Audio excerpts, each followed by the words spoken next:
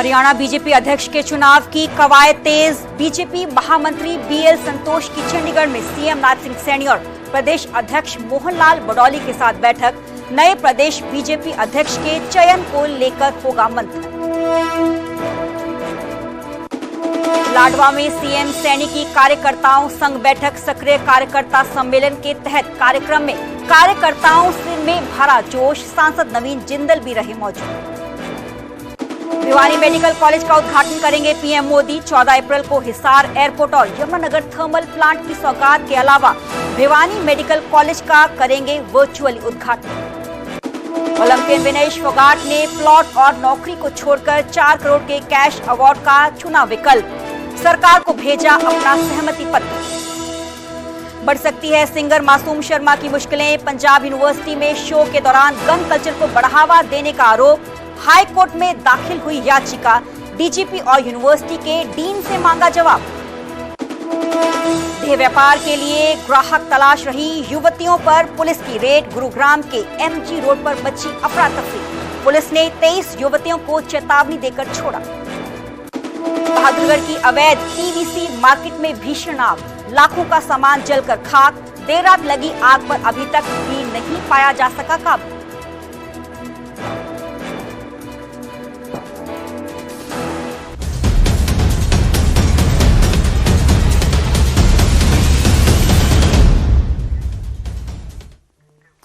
नमस्कार, मैं हूं सरबजोत कौर। न्यूज 18 पंजाब हरियाणा देख रहे सभी दर्शकों का स्वागत है। बुलेटिन की शुरुआत करेंगे और रुक करेंगे पहली खबर की तरफ। ओलंपियन विनेश फोगाट पर बड़ी खबर है। विनेश फोगाट ने 4 करोड़ कैश अवार्ड का विकल्प चुन लिया है।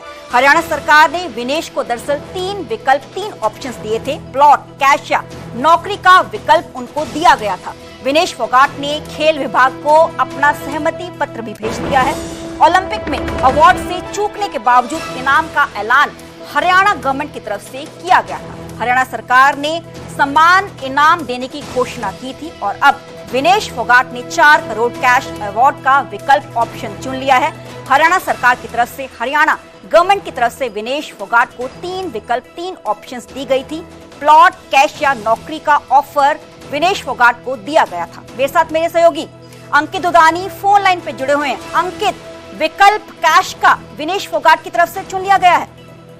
बिल्कुल 3 ऑप्शन दिए गए थे नायब सैनी के द्वारा, मुख्यमंत्री के द्वारा, क्योंकि विनेश फोगाट ने जो विधानसभा है, विधानसभा का जब सत्र चल रहा था तो उसके दौरान ये बात उठाई थी कि इतना समय बीत जाने के बावजूद भी और अभी तक मेरे को जो सरकार ने अनाउंस किया था वो प्राइज नहीं दिया गया है। हालांकि वो पदक नहीं जीत पाई थी, लेकिन उस समय जो देश के सेंटिमेंट्स थे उनको ध्यान में रखते हुए हरियाणा सरकार ने कहा था कि रजत पदक विजेता को जो चीजें दी जाती हैं, जो इनाम दिए जाते हैं, वो इनाम जो है वो विनेश फोगाट को दिए जाएंगे। तो उसकी घोषणा उनके द्वारा की गई थी, लेकिन उसके बाद फिर खुद मुख्यमंत्री नायब सैनी ने ऑप्शन 3 रखे कि एक तो या तो 4 करोड़ रुपए वो ले सकती हैं, या एचएसवीपी का प्लॉट अगर वो चाहे तो वो ले सकती हैं, या डिप्टी डायरेक्टर, जो खेल विभाग के अंदर डिप्टी डायरेक्टर का पद होता है, उसकी नौकरी वो ले सकती हैं।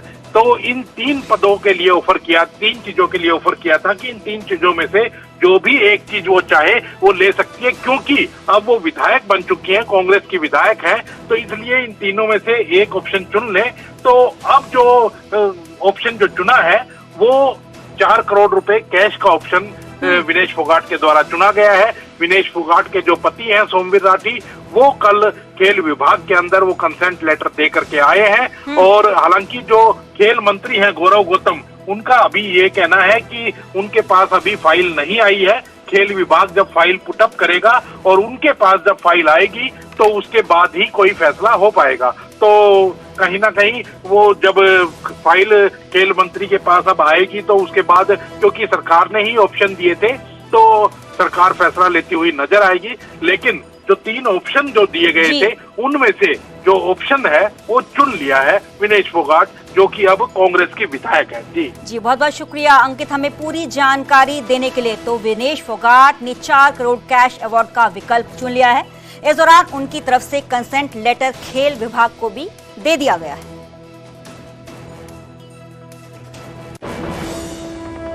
आगे बढ़ेंगे और बात करेंगे हरियाणा बीजेपी की। हरियाणा बीजेपी अध्यक्ष के चयन को लेकर कवायद तेज हो चुकी है। सीएम नायब सिंह सैनी और मोहनलाल बडौली की तरफ से बैठक की जाएगी। भाजपा के महामंत्री बीएल संतोष के साथ ये बैठक होगी। नए प्रदेश अध्यक्ष के चयन को लेकर मंथन किया जाएगा। बीजेपी के तमाम अधिकारी बैठक में शामिल है, मौजूद होंगे। हरियाणा बीजेपी अध्यक्ष के चयन को लेकर कवायद बीजेपी की तरफ से तेज कर दी गई है। सीएम नायब सिंह सैनी और मोहनलाल बडौली की बैठक होगी। भाजपा के महामंत्री बीएल संतोष के साथ ये बैठक होगी। नए प्रदेश अध्यक्ष के चयन को लेकर मंथन इस बैठक में किया जाएगा।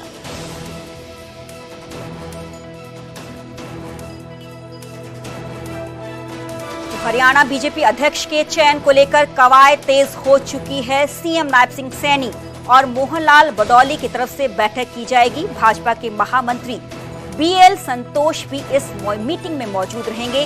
बीजेपी के तमाम अधिकारी भी इस मीटिंग में मौजूद रहेंगे, इस मीटिंग का हिस्सा बनेंगे। मेरे साथ मेरे सहयोगी अंकित धुदानी फोन लाइन पर जुड़े हुए हैं। अंकित, हरियाणा बीजेपी अध्यक्ष के चयन को लेकर कवायद तेज, और इस रेस में कौन कौन से नाम शामिल हैं?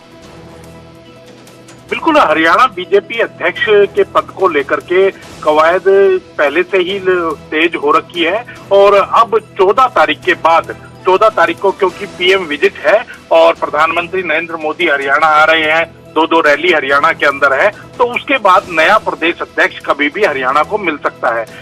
नाम की जहां तक बात करें तो जो दावा है मोहनलाल बडौली जो अभी प्रदेश अध्यक्ष हैं फिलहाल, उनका भी दावा मजबूत है। उसके साथ साथ नाम जो लिया जा रहा है वो दीपक मंगला जो पलवल से विधायक रह चुके हैं, उनका नाम भी निकल करके सामने आ रहा है कि वो भी प्रदेश अध्यक्ष की दौड़ में काफी आगे हैं। उसके साथ ही असीम गोयल की बात करें या अजय गौड़ की बात करें तो उनके नाम भी कहीं ना कहीं प्रदेश अध्यक्ष की दौड़ में शामिल है। तो अब देखना होगा कि 14 तारीख के बाद जब चुनाव होता है प्रदेश अध्यक्ष का तो कौन इसमें बाजी मारता हुआ नजर आता है। जी बहुत बहुत शुक्रिया अंकित हमें पूरी जानकारी देने के लिए। तो 14 तारीख के बाद ही ये पूरी बैठक होगी, क्योंकि तब कवायद तेज हो चुकी है।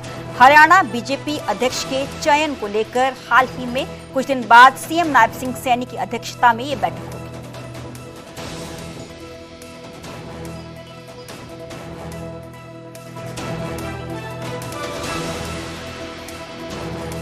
तो हरियाणा बीजेपी अध्यक्ष के चयन को लेकर कवायद तेज हो चुकी है। 14 अप्रैल के बाद मीटिंग रखी गई है। सीएम नायब सिंह सैनी और मोहनलाल बडौली की अगुवाई में ही ये बैठक होगी। भाजपा के महामंत्री बीएल संतोष भी इस मीटिंग में मौजूद रहेंगे, इस मीटिंग का हिस्सा बनेंगे। नए प्रदेश अध्यक्ष के चयन को लेकर मंथन किया जाएगा कि किस नाम पर मोहर लगाई जाए। बीजेपी के तमाम बड़े अधिकारी भी इस मीटिंग में मौजूद रहेंगे, इस मीटिंग का हिस्सा बनेंगे।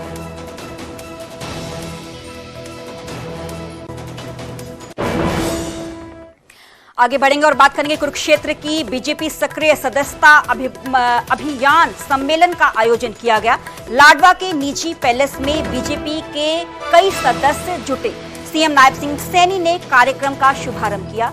सीएम ने पीएम के हरियाणा दौरे के बारे में भी जानकारी दी। हरियाणा में बेटियों की कम होती संख्या पर भी सीएम नायब सिंह बोले। उन्होंने कहा कि बेटियों को कोख में मारा जा रहा है, बेटियों को कोख में मारने वालों पर सख्त कार्रवाई हमारी तरफ से की जाएगी। वो कुरुक्षेत्र पहुंचे हुए थे सीएम नायब सिंह सैनी, जहां पर लाडवा की निजी पैलेस में बीजेपी के सक्रिय सदस्यों के साथ उनकी तरफ से कार्यक्रम का शुभारंभ किया गया। सीएम ने पीएम के हरियाणा दौरे को लेकर भी जानकारी दी।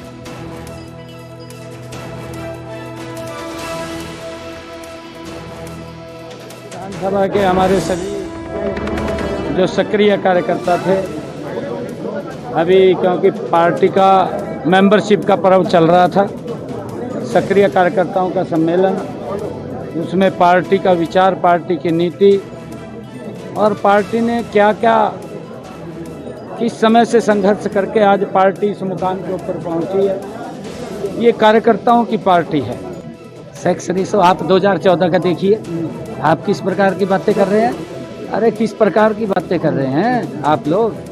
उसके ऊपर भी हमने बड़ी प्लानिंग बना करके अगर कोई व्यक्ति हमें कहीं इस प्रकार से इन्वॉल्वमेंट इसके अंदर मिलती है, उसके खिलाफ सख्त कार्रवाई होती है। और उसको हमने समाज को भी, समाज की प्रमुख संस्थाओं, एनजीओ वगैरह, उनका भी सहयोग ले रहे हैं। और उसमें हमारे जो सरपंचगण हैं हमारी और जो महिला सरपंच हैं उन सब का भी इसके अंदर सहयोग ले रहे हैं कि आजकल कौन व्यक्ति किस रूप में आकर के क्या तकनीक अपना करके वो काम करता है, परंतु जो ही हमारे ध्यान में इस प्रकार का विषय आता है उसके खिलाफ कार्रवाई होगी। आज यहाँ पर लाडवा के अंदर और बहुत से जिलों के अंदर हमारी सक्रिय कार्यकर्ताओं की बैठक चल रही है और आप जानते हैं कि भारतीय जनता पार्टी विश्व का सबसे बड़ा राजनीतिक संगठन है और यहाँ पर जो है ये सही मायने में जनता की पार्टी है। तो इसलिए सभी लोग जो भी हमने सदस्यता अभियान किया था, जिन्होंने उसमें 50+ मेंबर्स बनाए,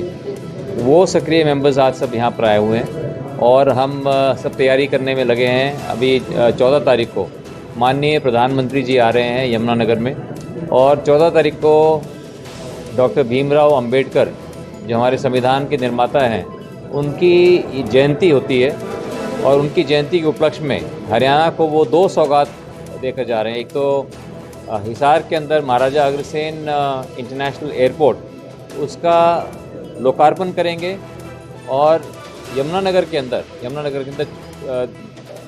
दीनबंधु जी का के नाम से, दीनबंधु छोटेराम जी के नाम से जो पावर प्लांट है वहाँ पर एक अल्ट्रा सुपर क्रिटिकल 800 मेगावाट की पावर की यूनिट का शिलान्यास भी करेंगे।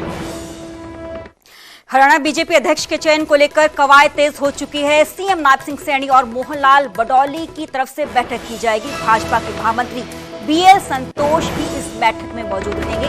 नए प्रदेश अध्यक्ष के चयन को लेकर मंथन किया जाएगा कि किस नाम पर मोहर जो है वो लगाई जाए। तो कुछ दिन पहले मोहनलाल बडौली न्यूज़ 18 पॉडकास्ट में आए थे। बातचीत उनकी तरफ से की गई जब उनको हरियाणा बीजेपी अध्यक्ष के चयन को लेकर सवाल पूछा गया। तो आइए सुनते हैं उनकी तरफ से क्या जवाब दिया गया। प्रदेश अध्यक्ष के चुनाव जो हैं वो अभी लंबित हैं और आपने हाल ही में प्रधानमंत्री जी से, अमित शाह जी से, गृह मंत्री से उनसे मुलाकात भी की है, तो क्या आप आश्वस्त हैं कि आपको दोबारा मौका दे देंगे? ये मुलाकात एक शिष्टाचार भेंट थी और इसमें क्योंकि अमित शाह जी का भी दौरा हिसार में था, अभी आपने देखा, और अब 14 अप्रैल को बाबा भीमराव अम्बेडकर जी की जयंती का अवसर है और भारत रत्न बाबा भीमराव अम्बेडकर की जयंती के अवसर पर हरियाणा प्रदेश में पहली बार चुनाव के समय प्रधानमंत्री जी 2 प्रोग्राम भी देते हैं, 3 भी देते हैं, लेकिन बगैर चुनाव के एक ही प्रांत में, हरियाणा बहुत छोटा प्रांत है, उसके बाद जो 2 प्रोग्राम दिए हैं। सुबह 9 बजे हिसार एयरपोर्ट का उद्घाटन करेंगे। ये हरियाणा का सौभाग्य है कि हरियाणा में आज तक एयरपोर्ट नहीं था और पहला एयरपोर्ट हिसार में बनेगा। उसके बाद वहाँ पर एक और भी आधारशिला रखेंगे, वहाँ जहाज़ का एक टर्मिनल बनेगा, उसकी आधारशिला रखेंगे। उसके बाद 11 बजे जो है यमुनानगर में जो पावर प्लांट है, लेकिन 800 मेगावाट का और एक पावर प्लांट की आधारशिला रख के जाएंगे ताकि हरियाणा में 24 घंटे बिजली मिले। और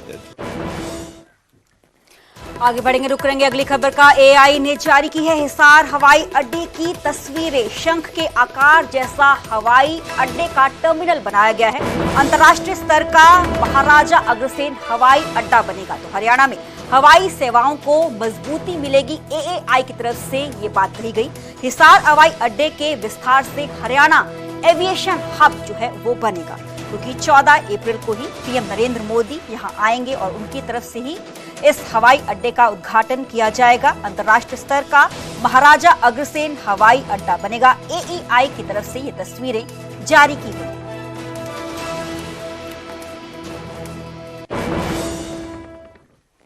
अब बात करेंगे चंडीगढ़ की। चौधरी देवीलाल पर विवादित टिप्पणी के मामले में इनेलो नेता करण चौटाला की बड़ा बयान स्टेटमेंट सामने आई है। युवती ने सार्वजनिक रूप से माफी मांग ली है। समाज के लोगों ने उसे माफ कर दिया है। बता दें कि अब उस प्रकरण को यही खत्म कर दिया जाए। हमारा दायित्व है कि उसे प्रताड़ित नहीं करें।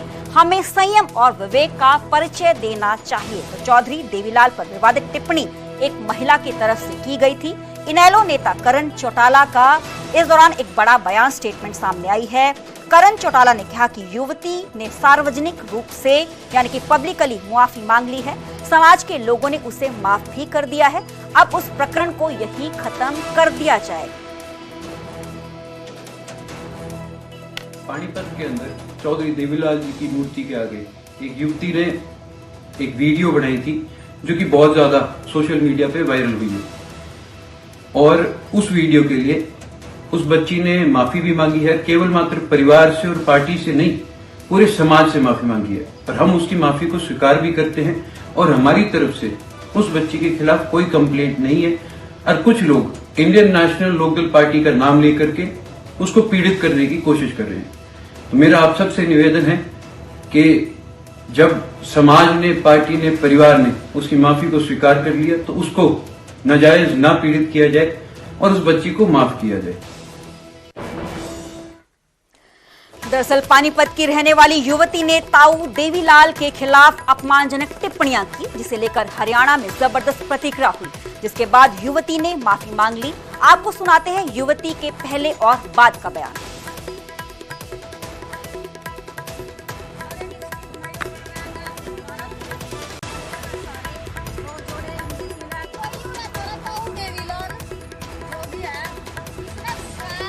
कल मैंने एक वीडियो बनाई थी, उसमें मैंने ताऊ देवीलाल जी का कुछ अपशब्द बोल दिए थे, तो भाई मैं उसके लिए बहुत शर्मिंदा हूँ। मैं ताऊ देवीलाल के पैर छू कर वही इनका माफी मांगू हूँ, पूरी 36 बिरादरी का माफी मांगू, जाट समाज का माफी मांगू हूँ, और भाई हरियाणा की जनता का माफी मांगू। मेरे को बहुत बड़ी गलती होगी, मैंने इस बारे में कुछ पता नहीं था, नॉलेज नहीं थी। जैसे ही पता चला तो भाई मैंने अपनी वीडियो डिलीट भी कर दी थी वहाँ।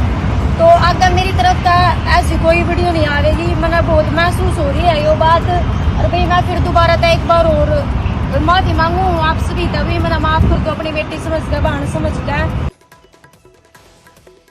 देवीलाल जो भी है, इसने सारे हरियाणा का नाश कर रखा, सारे डिस्ट्रिक्ट में यो बनवा का फर्क और पड़े रहे सारे दो जोड़े इंग्लिश ने।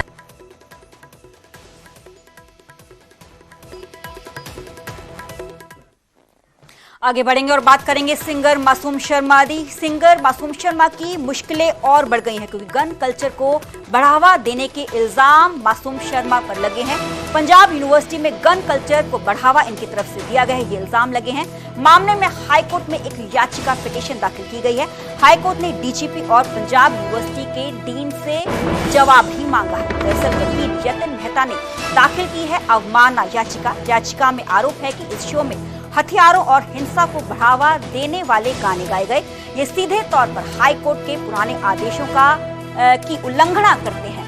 हाईकोर्ट ने इस पर चंडीगढ़ के डीजीपी, डिप्टी कमिश्नर और पंजाब यूनिवर्सिटी के डीन स्टूडेंट वेलफेयर को नोटिस भी जारी किया है।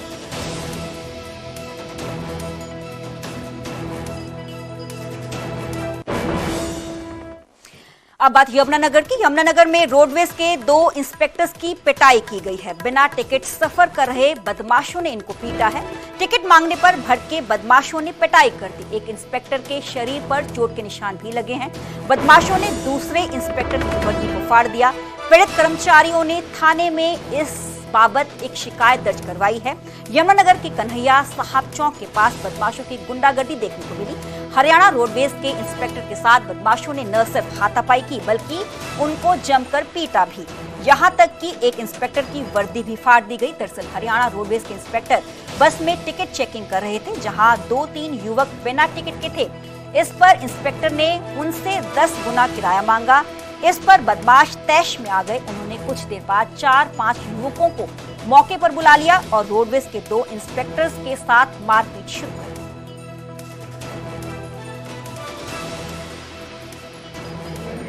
पहले तो एक ही था, बाद में 3-4 और आगे बाइक पर उनके साथी उसको मारपीट करने लगे। मैं बीच में पड़ा तो मेरी भी बीच में छटवाने आए हैं। किसी सवारी ने मदद नहीं की आपकी? ना वो सवारी तो बल्कि और हमारे खिलाफ ये दवाई देने लगे भाई, इनका तो ये रोज का काम है, ऐसे ही खड़े हो जाते हैं यहाँ पे। क्या किसी सवारी ने मदद की आपकी? ना किसी ने मदद की। तो फिर उसके बाद को मारपीट करने लगे। फिर मैं छड़ाई मेरी भी वर्दी पाड़ दी। आज हमने ड्यूटी शुरू की थी सर। चेकिंग में हम 7-8 चेकिंग में स्टाफ है जी। तो जैसे हम ट्रैफिक पार्क यमुनानगर में कन्हैया चौक पे खड़े थे, तो हमने बस को रोकने का इशारा किया। उसमें से गाड़ी चेक करने लगे तो उसमें 3-4 लड़के विदाउट टिकट थे। जब हमने उनको पूछा भाई आपकी टिकट, उन्होंने टिकट दिखाने से मना कर दिया। उन्होंने टिकट ले ही नहीं रखी थी, पहली तो बात ही है। जब हमने उनको बोला भाई आपने जुर्माना देना पड़ेगा, 500 रुपये जुर्माना है आपका। तो जैसे ही हमने उनको नीचे उतारा, एकदम से हमारे साथ मारपीट शुरू कर दी सर उन्होंने। तो जैसे वो 2-3 थे, उनको देख के 3-4 लड़के और बाइक पे आ गए, तो वो 5-6 लड़के हो गए।